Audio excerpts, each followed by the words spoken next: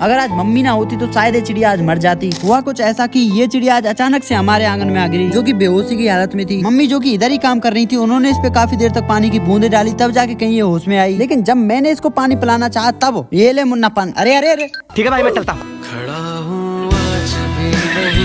उड़ गई भाई, उड़ गई। शायद भूख प्यास या सर्दी के कारण ये यहाँ गिर गई थी। लेकिन जब मैं छत पे गया तो मुझे मिला ये। भाई जितना भोला ये दिखाई दे रहा है ना, उतना भोला ये है नहीं। क्या पता इसने ही इसको तोड़ा हो। मुझे क्यों तोड़ा? खैर ये ऐसा करते नहीं है, लेकिन टाइम टू टाइम ये हमारे शीशों को तोड़ना बहुत अच्छी तरह जानता है।